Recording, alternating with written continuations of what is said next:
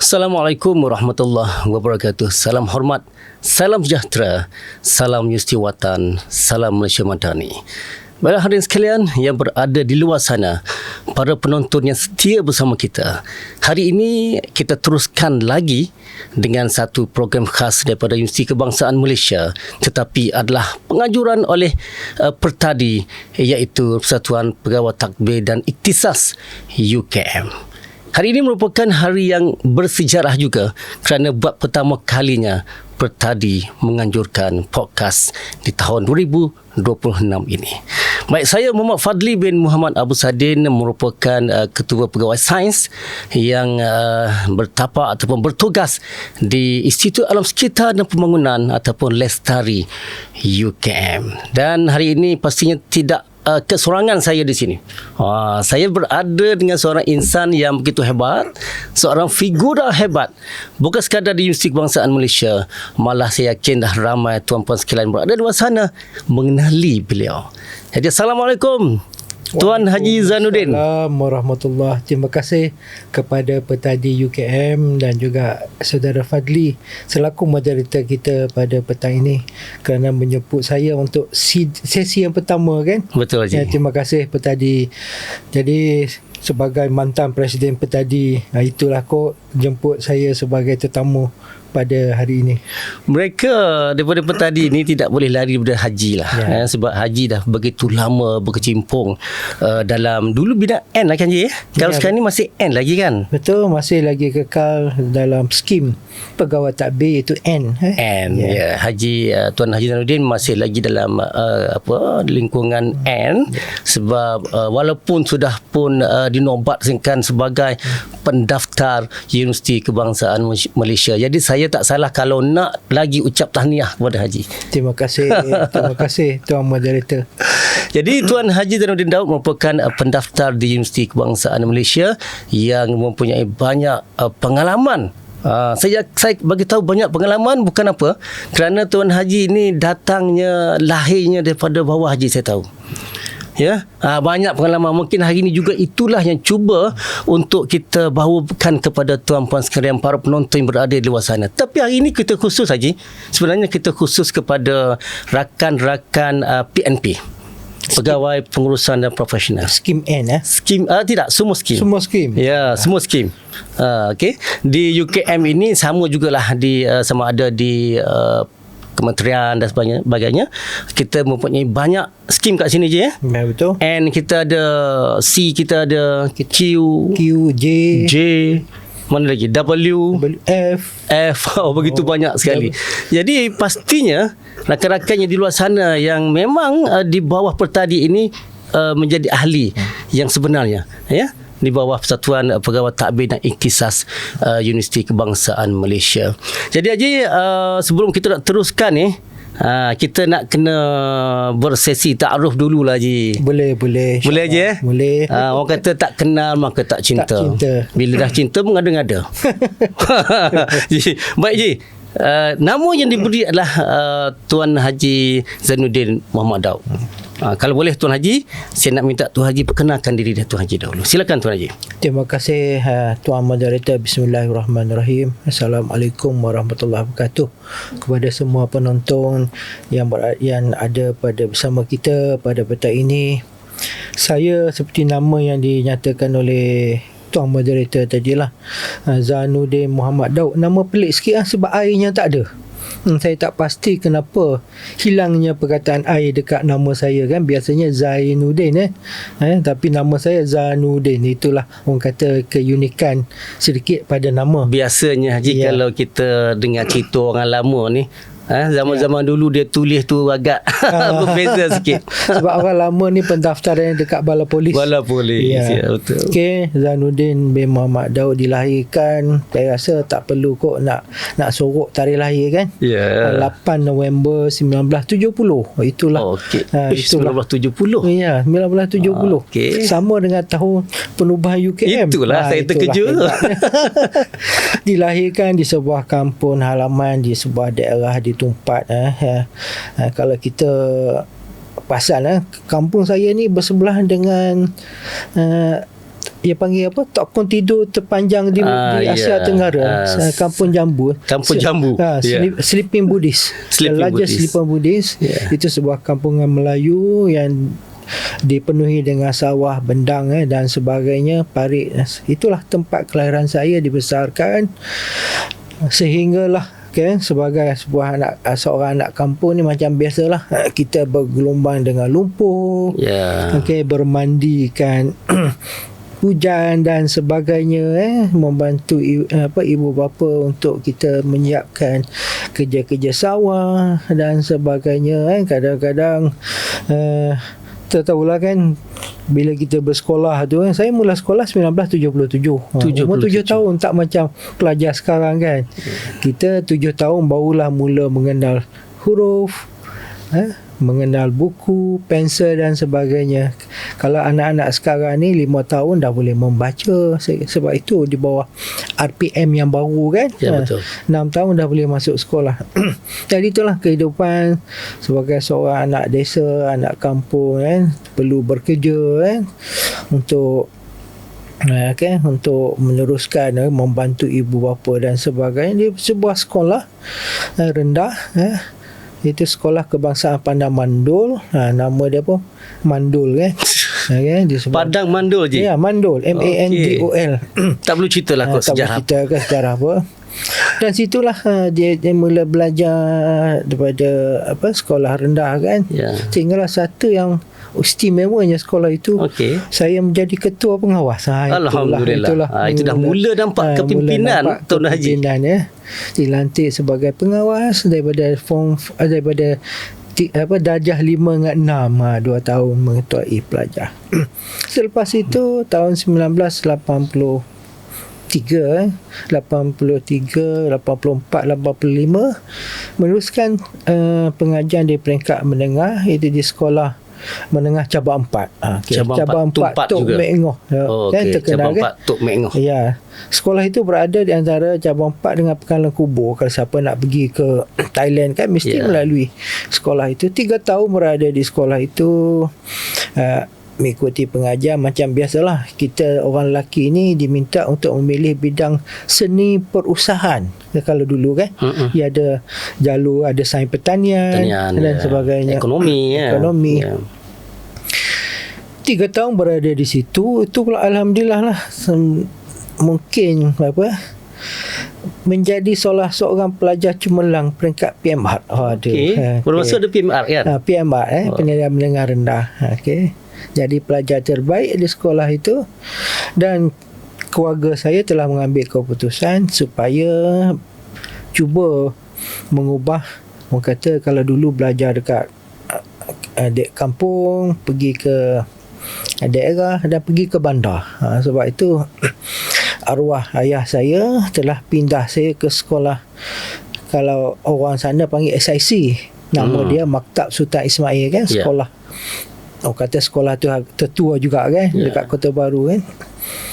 Dan menyambung pelajaran peringkat SPM di SIC. Pada ketika itu SIC menyambut 100 tahun pada saya berada di sekolah itu 1986, dan ditempatkan di tingkatan 4, sains 4 saya ingat lagi. Tapi menjadi pelajar terbaik dan menerima anugerah pada sempena perayaan Jubili Emas itu dengan Duli Yang Maha Mulia Tuanku Sultan Kelantan. Bangganya mendapat anak-anak kampung belajar di sekolah bandar dapat anugerah, dan tingkatan 5 diangkat kelas 5 sains 2. Daripada sains 4 ni kita melompat. Mungkin kita pandai sikit. Maksudnya dah naik lagi. Naik lagi ke kelas yang lebih tinggi. Lebih tinggi. 5 sains 2 ada alhamdulillah nama-namatkan SPM di SIC, dan selepas mendapat result keputusan SPM itu, memohon untuk mengikuti pengajian matrikulasi di UKM. Itulah orang kata pertama sekali nama UKM itu orang kata kan, mulalah di situlah UKM, matrikulasi UKM. Masa tu di mana lokasi matrikulasi? Matrikulasi itu saya ingat kita belajar di UKM ke ataupun di mana pusat betul. Tapi alhamdulillah dapat ditempatkan program 2 tahun program sains di Sekolah Menengah Sains Kelantan, iaitu Sekolah Tengku Muhammad Faris Petra. Ya, baik. Itulah orang kata perjalanan lah sehingga daripada sekolah rendah, sekolah menengah dan sehingga ke matrikulasi UKM. Di situlah mula mengenal nama UKM, mula orang kata memakai logo UKM dan sebagainya.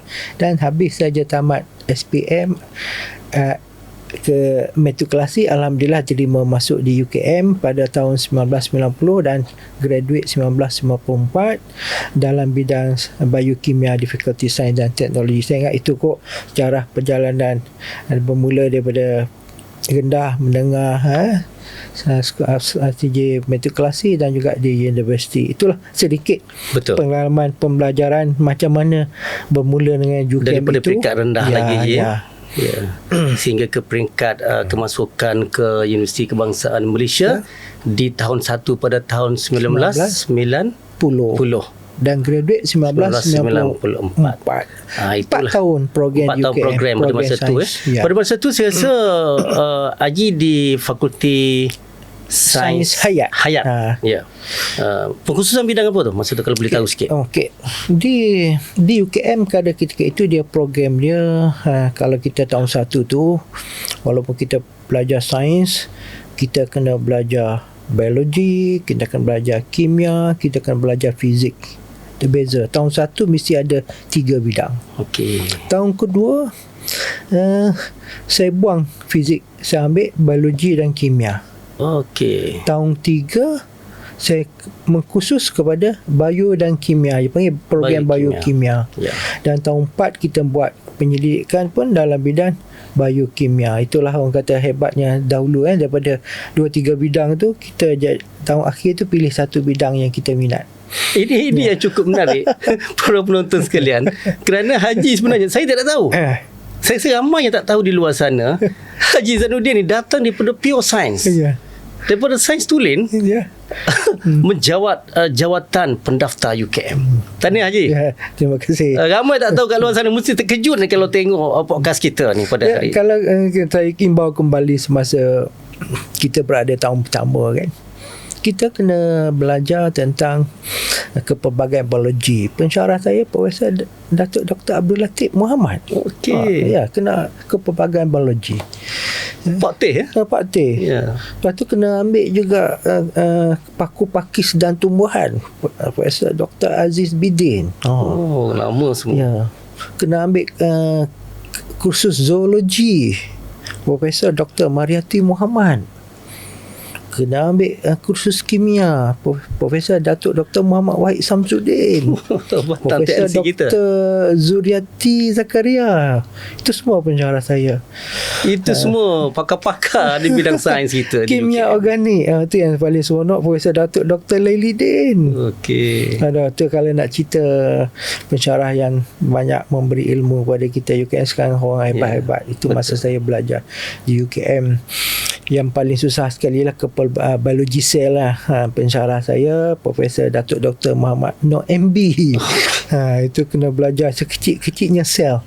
Itulah kita orang sains kan, daripada laut sampai ke angkasa. Itulah orang kata luasnya bidang sains yang perlu kita belajar.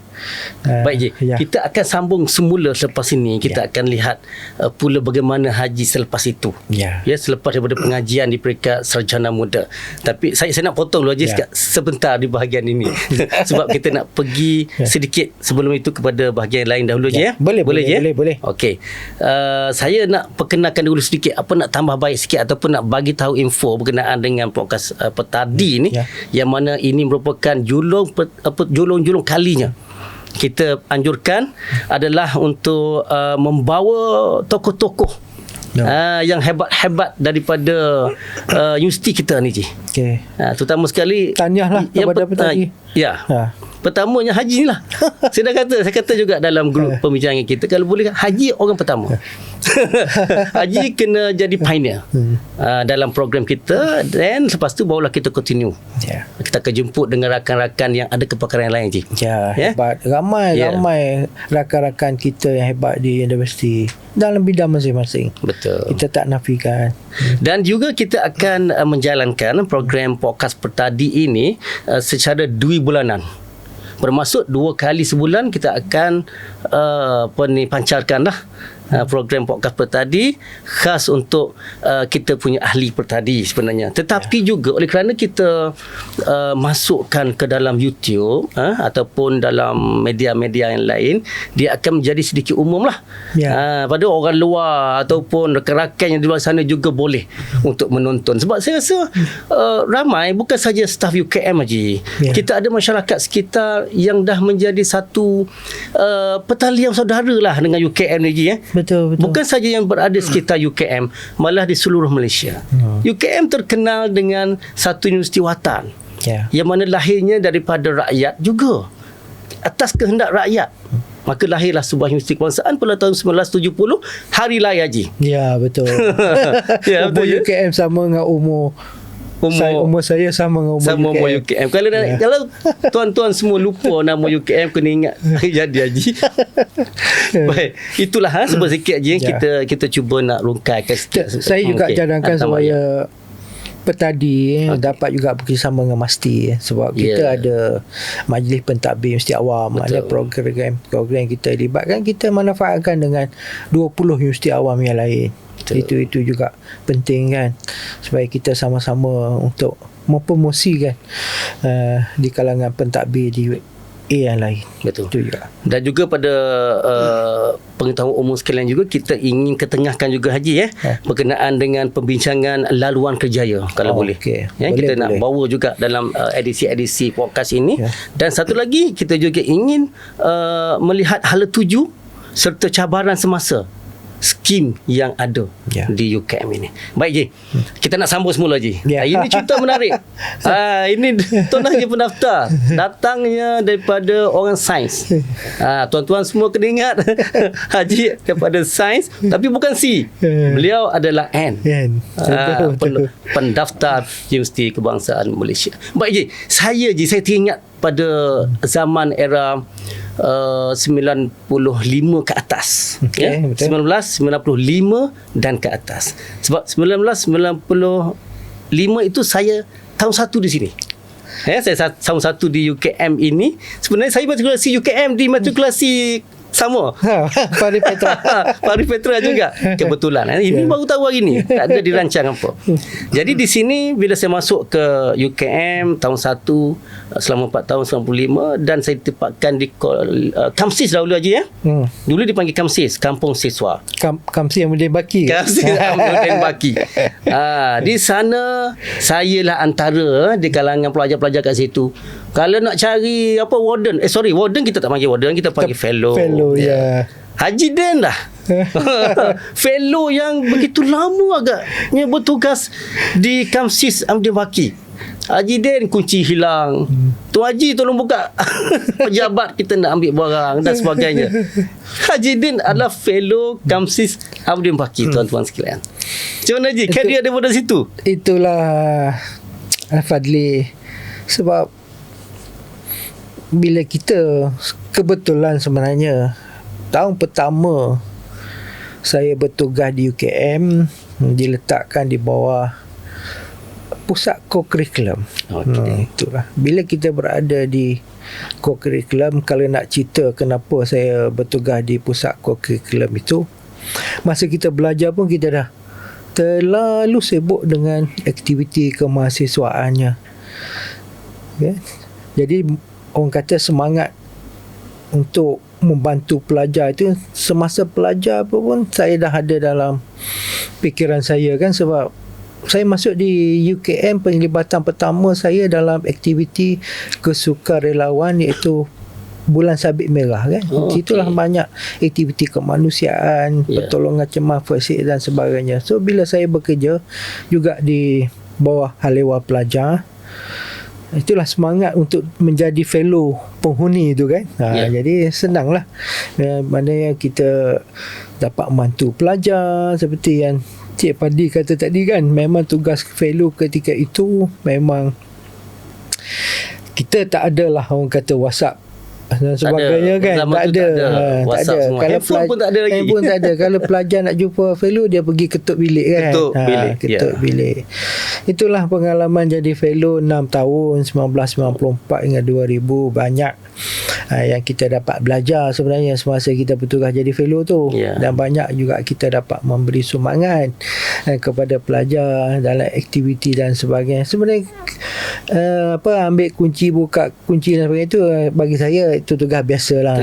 Yang mesti kena buat. Kena buat.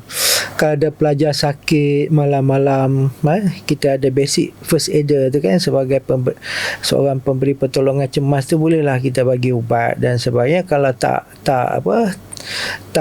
kesihatan yang agak meragukan, kita hantar ke hospital Gajang. Itu macam biasa. Sebab itu saya ada kereta, jadi kereta itulah boleh digunakan untuk membawa pelajar dan sebagainya. Jadi macam biasalah kalau dengan pelajar ni Cik Fadli, pukul 10 malam baru nak mesyuarat. Kita kan habis kelas dan sebagainya, mesyuarat sukan lah, mesyuarat hari keluarga lah, jaksa kan, Jawatankuasa Kebajikan Siswa-siswi. Kalau dulu dia panggil jaksa, dan sekarang dia panggil MAP kan, MAP dan sebagainya. Seronok sebenarnya bila kita berada dengan pelajar itu, bila sukan antara Kamsis kita dapat membantu melatih, melahirkan atlet-atlet dan universiti. Bila hari keluarga kolej tu memang meriah. Kalau kolej Hamiduddin Baki sebelum ini semua wanita kan. Tahun 95 lah mula ditambah pelajar lelaki kan. Kalau sebelum tu semua wanita. Saya adalah pelajar lelaki pertama masuk kan. Bila Kamsis B buat hari terbuka ni, ramai siswa-siswanya mengunjung yang dan suka sebagainya. datang ke Kamsis Hamiduddin Baki. Kita pesta. Dia kalau sebelum ini kan kita ada pesta konvo, di kolej pun ada pesta juga. Dia panggil carnival kan. Carnival hari keluarga kolej dan sebagainya. Bukan setakat itu juga, kita kadang-kadang terlibat dengan program yang dianjurkan oleh kolej, iaitu program khidmat masyarakat dulu. Kan? Setiap tahun kita ada pilih negeri. Pergi Merhati Negeri, bawa pelajar program. Dan kita ada juga program sekolah angkat, dia panggil PROSA. Kalau yang community tu OPKIM kan, Operasi Khidmat Masyarakat.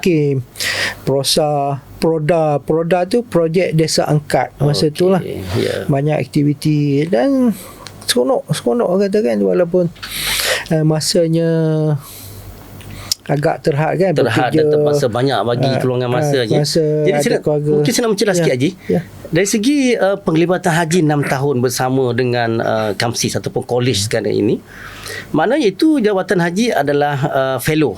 Betul fellow. Fellow ni kalau didefinisikan, adakah ia menjadi satu jawatan yang tetap di universiti ataupun ia masih sama dengan sekarang? Pada ketika itu kan, 1994 hingga 2000, setiap Kamsis tu dia ada pengetua. Dia tak ada timbalan pengetua macam sekarang. Dia ada pengetua tu, Encik Muhammad Tohir Hashim. Dan dia ada fellow kanan. Ketika itu Cik Hashim. Ingat tak Cik Hashim? Cik Hashim.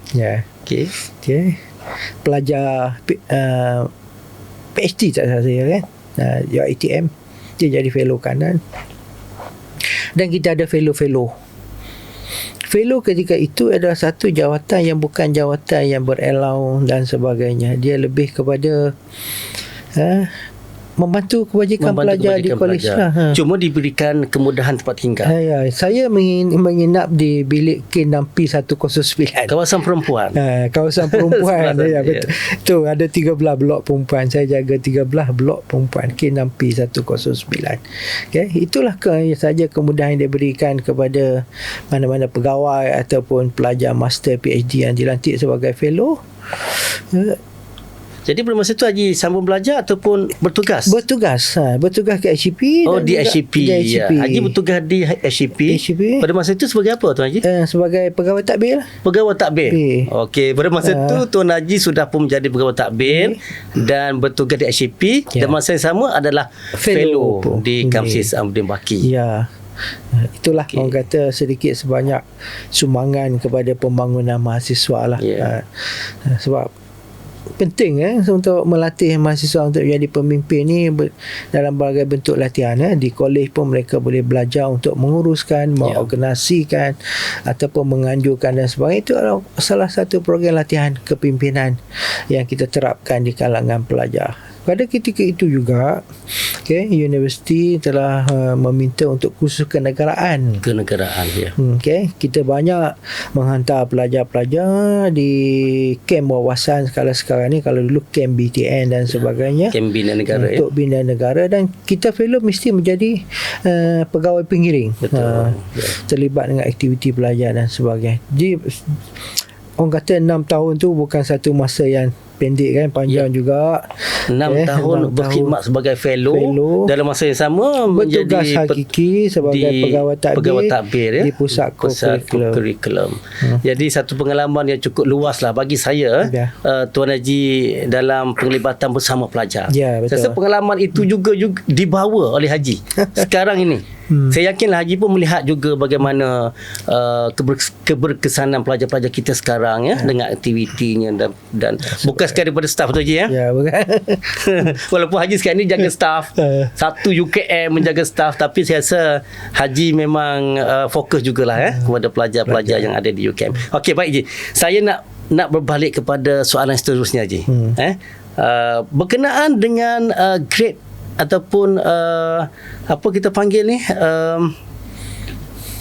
apa tadi yang Q semua tu Haji? Skim. Skim. Terlupa tiba-tiba saya ni kan. Yang skim-skim yang ada di universiti ni, mungkin ramai yang berminat di luar sana yang tak dapat nak masuk ke UKM ni kan. Mungkin apakah ada sekarang ni senang, apakah cara kaedah untuk mereka untuk memohon menjadi staf UKM? Okey, terima kasih. Dari segi skim penjawatan ada di UKM ini sama yang ada di skim penjawatan di mana-mana UA lain lah. Sebab kita ni orang kata 20 universiti, kebanyakan jawatan-jawatan lebih kurang sama lah. Di universiti ni orang kata, kalau saya tengok data, kumpulan yang paling kita tengok, boleh saya nyata sikit kok, dari segi datanya, kata ringkasnya, jumlah staf kita keseluruhan sekarang lebih kurang 10,200 lebih. Termasuk akademik? Termasuk semua. Seluruh semua kita sekali. Termasuk dekat kampus UKM. Ceras, kampus Kuala Lumpur dan juga kampus Bangi. 10,000. Baik. Staf akademik kita lebih kurang 1,988. Lebih kurang 2,000 lah. Baik. Mana kalau mana-mana di luar sana untuk orang kata bertugas di UKMT, kena mohon jawatan pensyarah lah akademik ni. Akademik terdiri daripada DS pensyarah, DU pensyarah perubatan, DUF pensyarah farmasi, DUG pensyarah pergian. Itu kalau berminat untuk menjadi akademik. Itulah orang kata klasifikasi perjawatan untuk akademik. Untuk akademik. Kalau mungkin kita kat luar sana ni penonton-penonton yang bukan warga ni nak tahu. Mana yang ada banyak jenis skim juga di bawah pensyarah. Baik. Kan kita pergi kepada PNP, kita panggil kumpulan pengusaha dan profesional, kita ada lebih kurang 1,500 orang di UKM. Di Bangi saja. Jadi keseluruhan UKM, 1,500 orang. Jadi berbalik kepada soalan Cik Fadli tadi kan. Dalam universiti ini sudah tentu kita perlu berbagai skim untuk memastikan pengusaha UKM ini dapat berjalan lancar dengan baik. Contohnya dari segi pengusahaan dan pentadbiran. Jadi perjawatan kita akan gunakan skim N. Pegawai, kalau pegawai takbir tu N. Pembantu takbir pun N. Itu mana yang satu kelompok besar dalam UKM ni lebih kurang 1,580 orang lah. Saya pun tak dapat data sebenar kan. Ada 1,500 klasifikasi N. Mana ramai yang paling N dominan. sahaja 1,500. Ya, termasuk pentadbiran. daripada PMP dan pelaksana. Baik. Yang kedua, saya rasa yang besar juga adalah skim kemahiran. H. Kan? Yes. H ramai kenapa bila di bawah SSPA, kan? Kita berapa jawatan telah dijumuk kepada grade baru H tu kan. H tadi daripada pemandu. Okey. H jadi, kalau sebelum ini dia pembantu rendah kan, pejabat dan sebagainya, agak tinggi juga di universiti. H ni lebih kurang, termasuklah tukang dan sebagainya, 523 orang.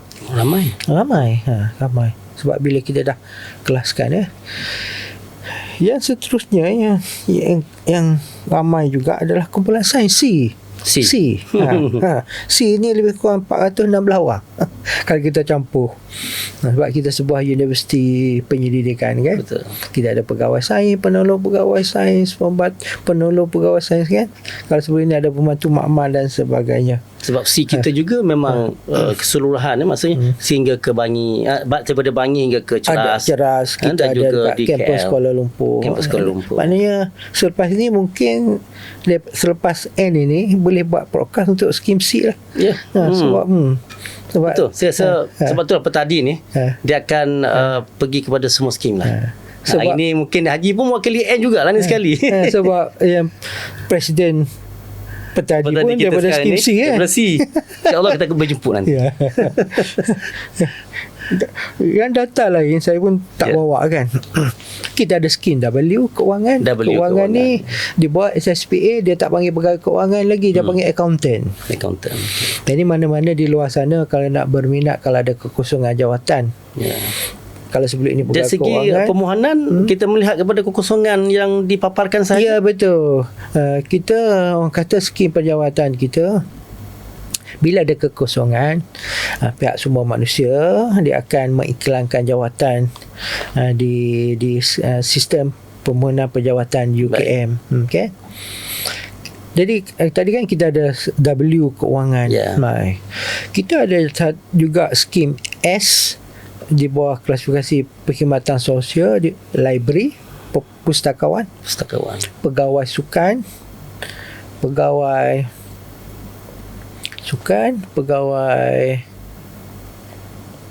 pustakawan, pustakawan. Ni satu lagi pegawai psikologi. Psikologi. Dia pun dikelaskan sebagai S. S juga di bawah S. Kalau kita tengok bukan semua terbuka untuk semua graduan untuk memohon. Dia kena tengok bidang. Lihat pada bidang tersebut. Dan juga Haji, saya cuba ingin bertanya Haji. Mungkin ada juga perasaan ingin bertanya daripada pihak luar ni kan, orang ramai ni kan. Dari segi orang panggil apa, kesusahan ke apa, senang ke susah ni nak mohon masuk ke universiti, nak menjawat jawatan universiti ni Haji. Nak kata susah, sebenarnya tak adalah susah. Nak kata senang, ada juga cabaran dan sebagainya. Betul. Di luar sana kan kita ada banyak kolam, okay? Graduan-graduan dalam berbagai bidang daripada berbagai universiti dan sebagainya kan, dengan pelajar cemerlang dan sebagainya. Dalam proses pengambilan sudah tentu ada beberapa peringkat. Yang pertama sudah tentu bila ada permohonan kita kena adalah tapisannya. Dari segi kelayakan akademik, PNJK-nya kan, kita dilihat secara keseluruhan. Sudah tentu kita akan mengambil yang terbaik. Kan, universiti akan memilih staf yang akan bekerja macam tu lah kan, kita pilih kelebihan di mana, mungkin ada kalau dia ada kelebihan di bidang sukan, ada tak kita ada dalam kriteria penilaian oleh panel jawatan kuasa pemilih nanti akan tengok. Dan juga Haji saya rasa kalau dilihat sekarang ni lah Haji bukan trend tapi dah jadi satu situasi yang dah biasa.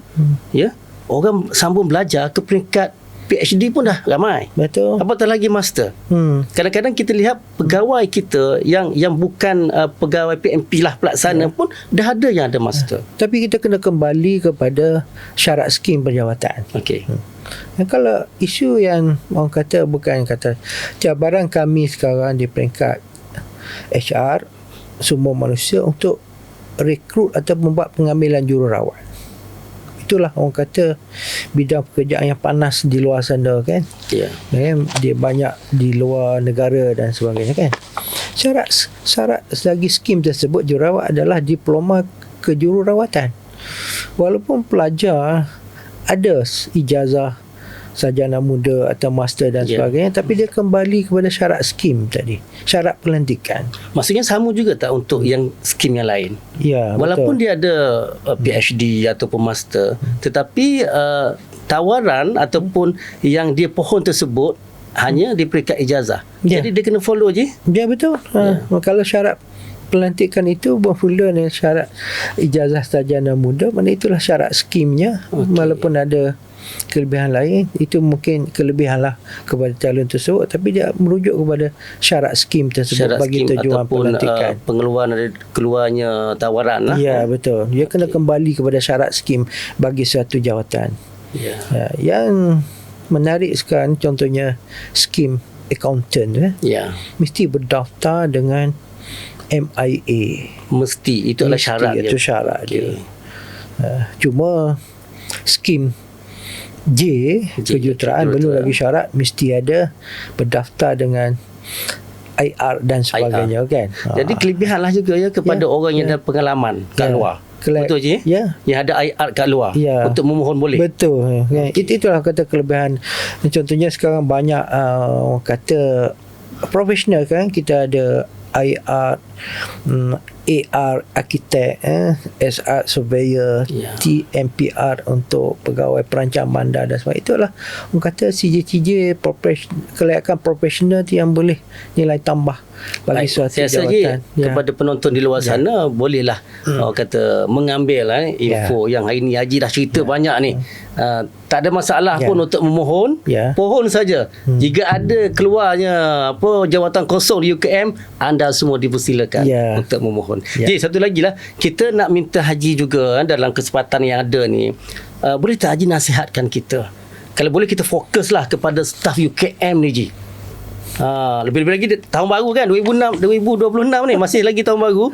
Nasihat Tuan Haji kepada staf-staf UKM, PNP ini, dan mungkin kalau nak juga kepada staf yang lain lagi. Silakan Haji.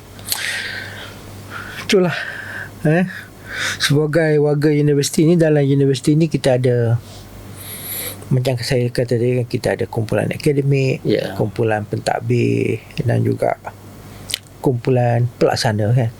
Jadi saya pergi kepada pentadbir dulu lah, PNP kan, sebab kita ni petadi fokus kan, fokus kepada petadi.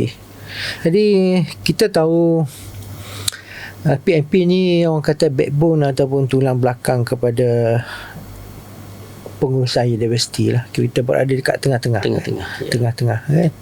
Bila kita menjadi tulang belakang ni, sudah tentu yang nasihat saya lah, kalau boleh kita membantulah kelancaran sesuatu proses di universiti itu, sama ada dari segi berbagai tugas kita dan sebagainya kan, di setiap unit lah, di setiap unit. Sebab itu penting sekali sebab kita ni backbone kan, dia kan tulang belakang.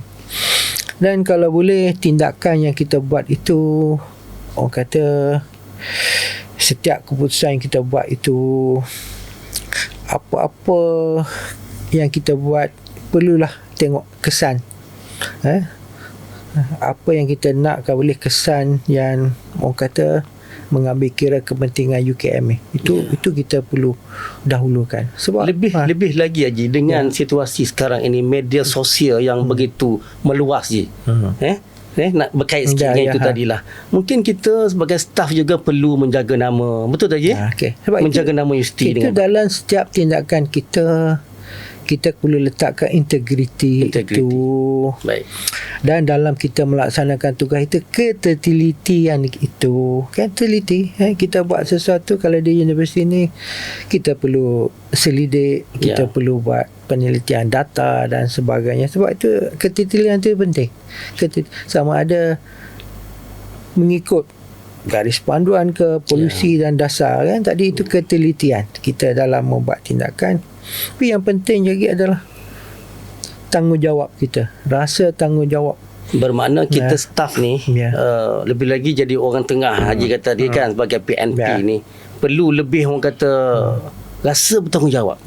Sebab kita ada yang di atas, mungkin ada di bawah yang kita nak kena jaga. Walaupun ada tekanan, walaupun ada kengkangan.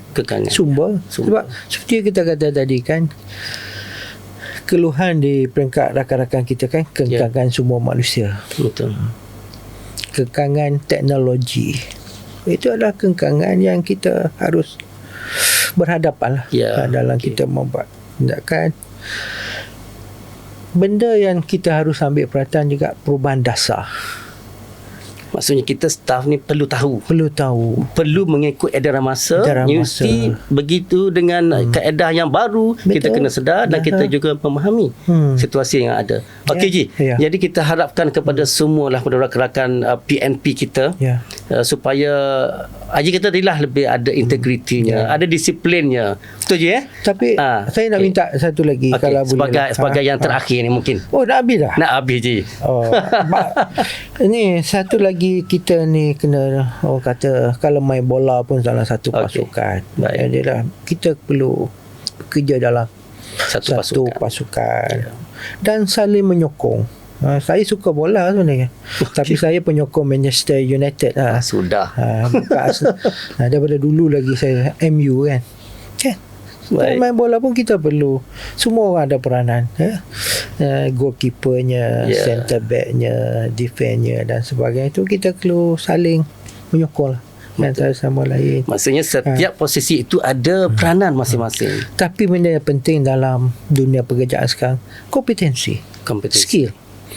Itu yang orang katakan, bila kita berada dalam keadaan kita jangan kita selesa, kita perlu tingkatkan kompetensi bagi setiap bagai grade jawatan tadilah. Sebab itu kalau boleh pergilah kursus yang profesional untuk meningkatkan. Dan ia tidak kata hanya universiti yang mengarah, tapi insan ataupun staf tu sendiri. Betul je perlu ada rasa untuk dia nak tambah baik di kualiti diri dan sebagainya. Di situlah bila kita orang katakan mempunyai kompetensi dalam bidang tugasnya, hasilnya adalah kecekapan lah. Kita melaksanakan tugas. Baik je. Saya rasa kita kena sambung lagi di episod-episod yang lain. Banyak lagi. Ini baru sikit je nak bincang dengan Tuan Haji Zainuddin. Baru sedikit. InsyaAllah di episod yang lain, kalau begitu kita buat siri-siri seterusnya, kita nak jemput lagi Haji datang untuk berkongsi dengan lebih lagi detail, terutama sekali fokus kepada tadilah. Kalau pertadilah. Mungkin suatu yang nanti juga kita kembangkan juga kepada pelaksana. Betul. Dan mungkin akademik secara umumnya. Saya rasa ini sangat bermakna kepada seluruh staf Universiti Kebangsaan Malaysia. Jadi jangan lupa untuk menonton podcast Pertadi kepada seluruh ahli pertadi dan juga kepada rakan-rakan di luar sana yang turut serta menonton. Banyak info yang cukup bermanfaat yang kita dapat pada hari ini. Dan rasa tak cukup masa. InsyaAllah akan datang kita akan sambung lagi di episod yang seterusnya. Baiklah hadirin sekalian, semoga kita bertemu lagi di lain episod.